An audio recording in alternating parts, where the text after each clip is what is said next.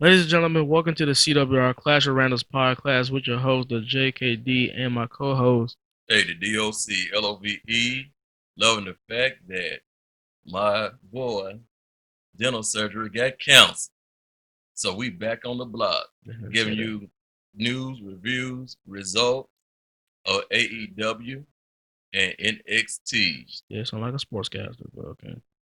All right, we're gonna go ahead and start off on any AEW. I'm gonna say, Now, how it feel not to miss the episode, man? well, I feel pretty good, even though I really didn't want them to know what's going on. So Well, the big mouth Dr. Love had to tell everybody. yeah, some people just never can shut up. So either way, well, not to say it like that, but The new mouth of the South. let's go ahead. Let's go ahead and get started with AEW. Let's start with the opening match. Best friends taking on Santana Ortiz at the inner circle, you know. Uh, now, to be honest, what this rivalry all about, really? Is this because of the fact that they attacked Trent's mom's, what? Yeah, they Van pretty or much something? Mom, soccer van or something? vandalized a van. Okay. Okay. I don't get the rivalry, but, hey, it was a pretty good back and forth matchup, which really, but then it ended with Santana Ortiz getting the win up, obviously. So, Uh, Santana hitting the object. Oh, my bad. Yeah, hitting the object on. I think it was Trent. We're letting them getting the win, so I get a C minus really.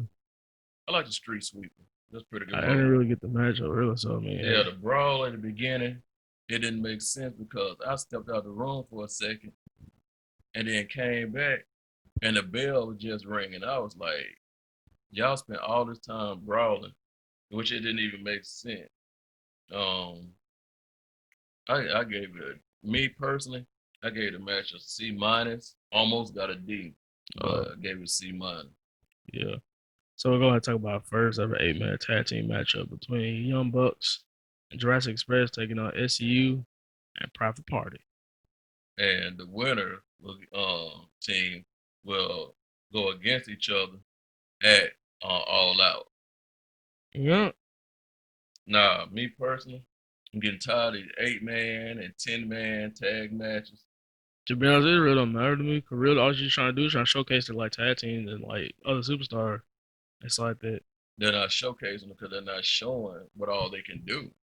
I mean, all they are they all they're all pretty much flip feds, pretty much. I They mean, have no psychology to the match. well, I mean, like, damn, what other match they gonna put them in, bro? Like, what they gonna put them in a one-on-one match with like for TNT title, Leave them off the show. bro? Like, you You can't can, put everybody on, you know, man.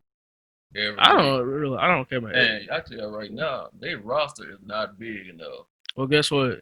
This company got So that's why they because show the same people every guess week. what? Most of the 8-man tag team matches got them more viewers than NXT did most of the time. So No, not this segment.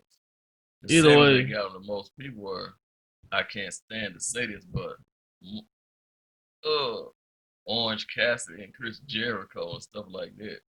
well, I don't care. Either way, Matt Jackson, Nick Jackson, the Young Bucks, and Jurassic Express will do battle at All Out this weekend, which I give the match a B plus actually. So See, there's just too much going on. I think they are burying SCU. I don't like that they're putting SCU farther and farther down the ranks, yeah, especially when you have a talent like Scorpio Sky. well, Scorpion's got in the match. No, he Well, won, but Scorpion got in the match. no, but Okay, then. So I mean, he's what is part of the Scorpio team. Sky has done for the He's past part of few? the group. He's part of the group, That though. don't mean nothing. What has he been doing? Like he's going for the TNT title, maybe. Yeah, I think he got the feud. He's gonna be the first feud for the title for Brodie Lee. Either way, what you gonna grade this one? I gave it a C, C plus. Either way, let's go ahead and move on. Speaking of Chris Jericho from earlier, Chris Jericho took on Joey Janella as he want Orange Cassidy to sit by ringside to see what's going on. Obviously, Le Champion beat Janela, obviously. Oh, you know that guy. Oh, nice code breaker Yeah. at the end. But, Man, he whooped that dude. obviously, Orange Cassidy finally made the move. Hit him with Jericho so like that afterward, after the match. But obviously, Le Champion got over with letting Sonny Kiss to save him, pretty much. Which obviously the segment ended with Cassidy dumping out a bottle of Jericho champagne, pretty much. Right. I didn't like this. It didn't make logical sense because Sonic Kids that jump tripped me out when Jake Hager slammed him. He go, but with it didn't have any kind of logic to it. The beat down at the end, you got Jake Hager and Chris Jericho beating you down, but you make a comeback on the biggest dude, pretty much almost the biggest dude, one of the biggest four dudes in AEW, Jake Hager, who's a legitimate MMA fighter. You make a comeback on him and Chris Jericho. I didn't see it, but whatever. I mean, do you know how many folks in WWE got over Josh Wagers? I mean, shoot. Either way, let's go ahead and move on. I gave it a C though. A little later, Well, little later, little. the match itself, I actually gave it a B. It's But all what in, no, happened it's afterwards? all in one. It's all in Yeah, one. It's all in all one was a C then. a little late on the grade, but okay. Well, let's talk about Thunder Rosa. You know who's going against Hikaru Shida for the championship, obviously. Actually, taking on Serena D. Yeah, I ain't seen Serena in a long time. I'm pretty sure she was a trainer for WWE, but hey, Yeah, she was former WWE star, part of the Shade Society. Straight Edge Society, Yeah, member of the TNA roster at one point in time, and then trainer. She done lost a lot of weight too. this is what you take out of the whole thing. Well, my take is I it mean, was actually, both of them are really pretty good wrestlers. They have technical. They're pretty good technically, I do like the fact but that I it did did like get the fact. sloppy at times. I don't know whether Serena hadn't been in the ring in a while, but it did get sloppy at Yeah, times. okay. I did like the fact that they showed the technical prowess immediately in the match, pretty much. You know, D broke free, almost hit a power driver on Rosa, at least before she counted to a kick start. A flurry of pinning combination, obviously. But, obviously, Rosa, won from the Thunder driver, she'd like to call it, which I thought was a pretty good matchup, so I give it an A, actually. I give it a B. I thought it was a pretty decent match. Got sloppy at times. I like the underdriver. So solid B. Mm. And the main event, the AEW World Champion versus, the lawyer MJF, Mark Sterling. This was something. Uh, really was never a fan of the whole thing anyway. Cause like it was kind of stupid the fact they had some random guy just go against the world champion. But really, I mainly just cared about the fact that like Wardlow man beat the crap out of Moxley, which Oh led to yeah. MJF came out and picked the bones also. I made that man bleeding everywhere all over his face, man. Let alone I get the whole thing like a B, a B minus. I give about same grade. I give about a B minus. The only thing I hate, not of the angle. Now, the angle was pretty decent. Um, but the only thing I hate is why aren't they using Wardlow more in matches? Because you got a lot of folks on that roster that can't wrestle that well. They might as well let him wrestle because he's not bad. He is. He's a little green, but he's not bad. And he's Yeah. the more matches you give someone like that, the better they get in the ring. Okay, we'll go to AEW Dark. That's what AEW Dark's for. Well, they need to put the rest of them nobodies on AEW Dark because half the dang roster. There are nobody at AEW Dark. Literally nobody that you've never heard of before. I know the initiative. Like, who would you want? QT Marshall be on there? Marshall, I'm gonna say. Nah, actually, QT Marshall's pretty good, actually. Yeah, QT my boy, He's man. pretty good, actually. But, off of AEW, let's go ahead and move on to NXT Super Tuesday. Yeah, Now, there was an action-packed night, man. It was a pretty good night until I get to say that main event. But, man, let's go ahead and start off with the beginning of the match. The beginning of the show. It was a street fight between Legado del Fantasma versus Brazongo and Isaiah Swerve Scott. Now, this was a back and forth matchup I like to see, man. Obviously, Legato and Tyler started the fight where they doing a little bit of high dives and stuff like that, man. But obviously, man, Brazongo, Isaiah Scott came back with a fast, combat, obviously a little bit, Escobar, Mendoza, and Joaquin Wall try to take over their own, try to get a little bit of win over. Then you had the Imperium, man. Yeah, Marcel Bartel Fabian. I didn't even try to get a Yeah, they matchup. jumped in it. So man, it led to a fight. I mean, five some heels beating down Tyler Breeze until Fandanzo and Swerve came in. Man, diving on the forklift and everything, man. And also, man, Brazon cleared the ring, led to Isaiah Swerve Scott hit the JML driver on Escobar to win the 6-man street fight, obviously, man. So that means Oh man, that was a good match. I think bringing in the forklift was a little too much, no, but it was a great match. I liked it. shoot, the forklift made the match a lot more better, really, but to me, it made the match more exciting. I Either give it a way, B plus. I give the match an A minus on this one. B plus.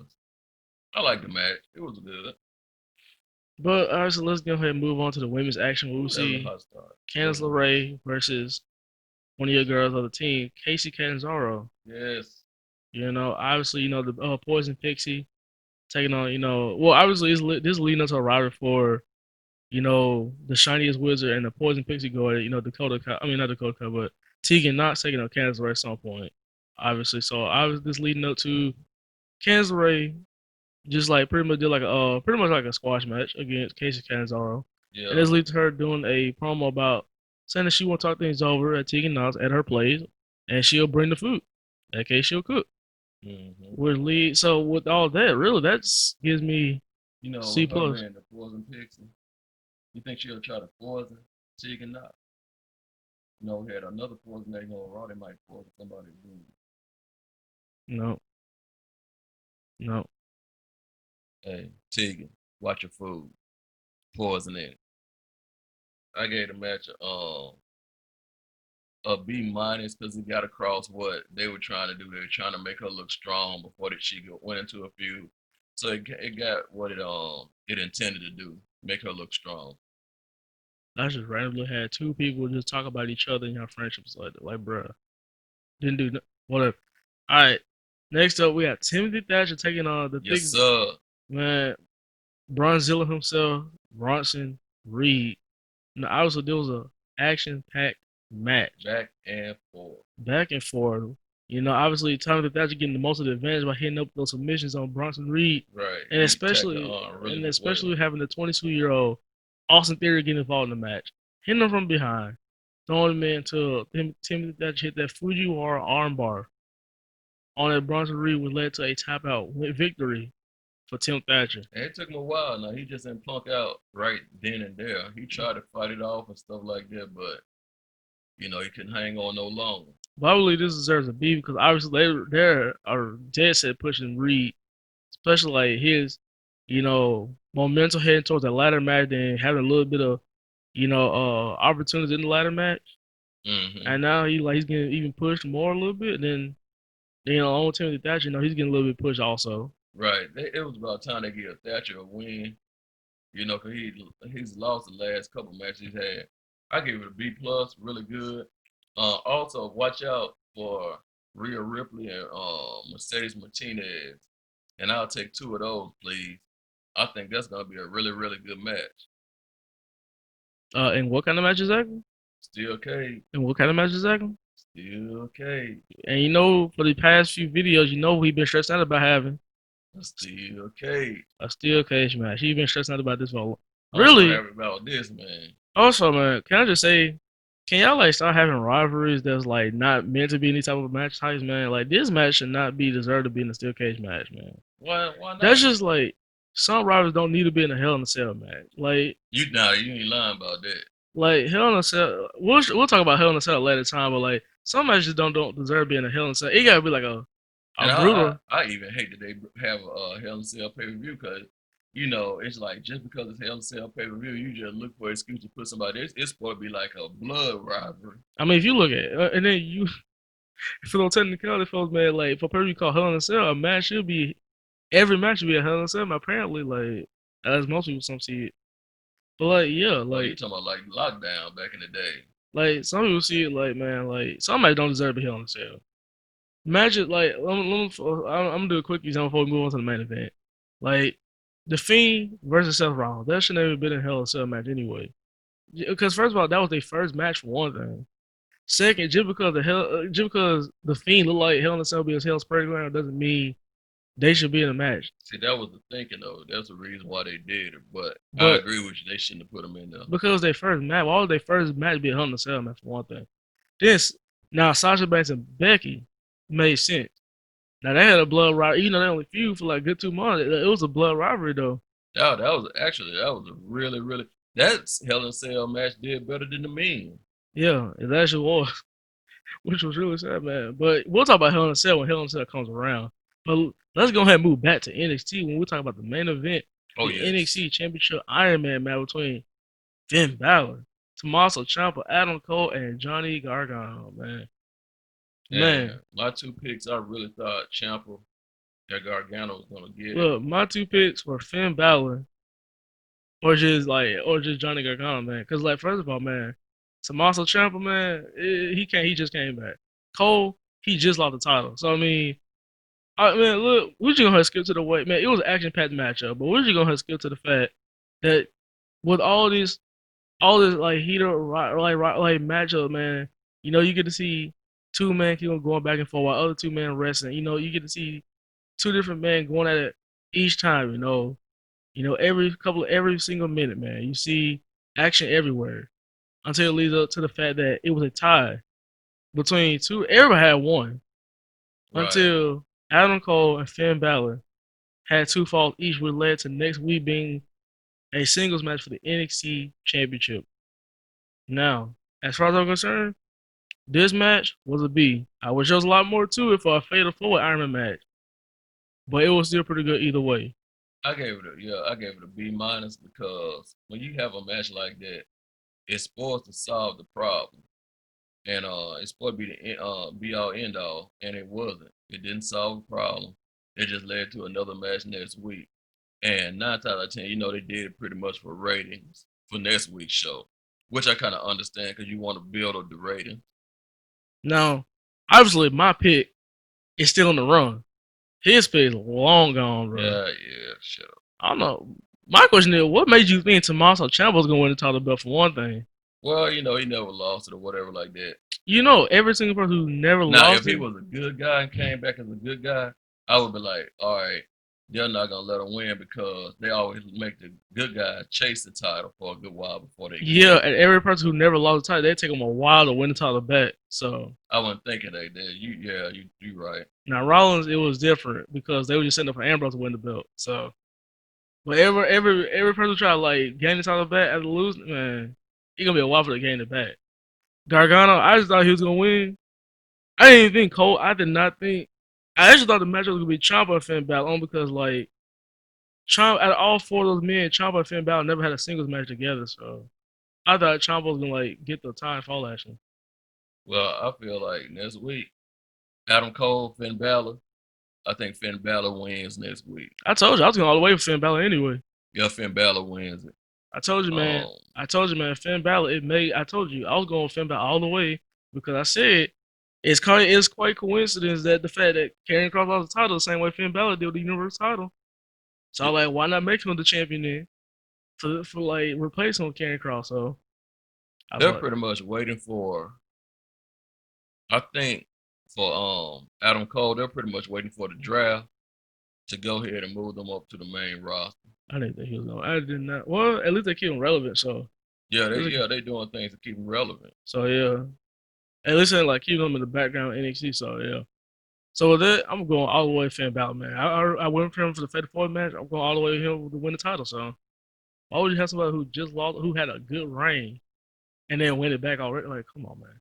Hey, who you got for the steel cage match between Martinez and Rhea Ripley? Because both of them really needs to win. Both of them. Not really. Why you say not really? Man, look, this matchup not really either or need to win because all right, really, Mercedes really got over more than Rhea Ripley when you just like think about all the things that been going on. Really, but really, like Rhea Ripley right now, man, like she's good, really. Cause like I think Really, Mercedes Martinez need to win more than Rhea Ripley does. Obviously. I think so too because she needed to establish herself. She hasn't really wrestled anybody who's like real big contender yet. Yeah, she is. She clearly is fighting Rhea Ripley technically. So I'm talking about yet though. Yeah, she finna fight Rhea Ripley. But Rhea Ripley, the only reason why I say she should kind of win a little bit too. Not more than Martinez, but she been kind of stagnant lately in these little smaller feuds. they should never had her lose the title then. I don't think so either. They shouldn't have let her. They shouldn't have took the strap off For of her. one thing, I would never had her won the title so quickly. For one thing, She did win it too quickly, but either but way, they hey. shouldn't have took the strap off of her either.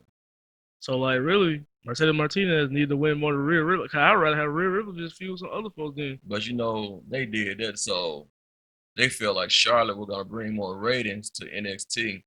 Then come to That's find just kind out of do it. she was a ratings killer. Folks turned the TV from NXT. That way they were getting some of their lower ratings. Then all of a sudden Sasha Banks came on NXT those couple weeks, and the ratings went up. And Bailey too. Yeah, and Bailey too. Yeah. Because folks enjoy seeing them a little bit more. But either way, I'm going Mercedes. Actually, it wouldn't really matter to me who wins. Yeah, I'm going with Martinez, but I mean, it shouldn't be in a steel cage match anyway. For one thing, but I don't think so either. Since it's the first match that they're facing each other, oh yeah, first match of the Raw would be like a special match already, man. Like, bro. it needs to build up to something like that. But either way, I'm going Mercedes Martinez because this actually could lead to Robert Stone brand being such a big thing. So, because I'm guaranteeing, man, Robert Stone, one of his clients, is gonna win the women's title. So, whether it is Aaliyah, which I It won't be Aaliyah. highly doubt, but it will be Mercedes Martinez, maybe sometime next year. So, well, yeah, sometime. I'm about to say 2 years from now. I would say like sometime next year. Well, because the clock ticking for her, Martinez. No, Martinez might be new to some of y'all, but Martinez has been in the wrestling game for a very, very long time. Yeah. I don't know why Well, I know why WWE didn't pick her up because they was in that diva mode for years before they started letting real wrestling women, really take a spot. Actually, they could have picked her up, really. Yeah, they could have been picked her up years and years ago. Oh, no, I wasn't talking about that point. I'm talking about they could have picked her like right after the Mae Young Classic, really. Yeah, they could have. They could have. Actually, they did. They just gave it a trial matches, really. If you remember, if you just truly remember, but whatever. Either way, that was our review for AEW and NXT. Let us know who's going to win the NXT Championship between Finn Balor and Adam Cole, and let us know who you think is going to win the Steel Cage match. Also, let us know how you're going to feel about All Out, which is coming up this weekend, September 5th. Let us know who you think is going to win the matches at All Out and next week's NXT. With that, I'm your host, JKD, and I'm going to let my co-host, DLC LOV MCMIKE, take over. And we have to say to you, subscribe, hit those likes, comment, give us those comments just like he said, and join it and be just like G. Washington, who won his Funko Pop. And we have a prize coming out for this month also. So make sure you do all those things so you can get put into the drawing. Hey, like he said, this is JKD with the DOCLOVE. And we bid you. MCMIKE. Lord, got to do all that. Yes, sir. Hey, we bid you a good evening. Much love, y'all.